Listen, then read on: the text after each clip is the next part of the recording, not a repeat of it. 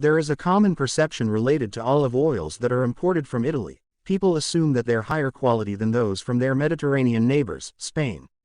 Interestingly, there is no direct correlation between higher quality oils when you compare these two beautiful countries' output.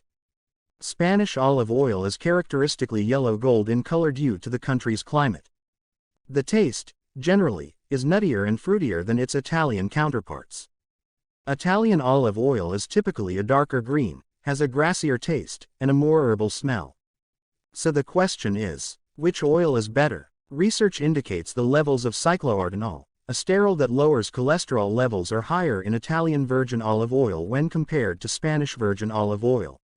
Whereas the nutty and peppery olive oil, which some have described as having a sweet followed by a bitter aftertaste, is low in saturated fat. It lowers cholesterol by increasing HDL cholesterol, which is considered the good cholesterol. For more updates, subscribe to this channel and hit the bell icon.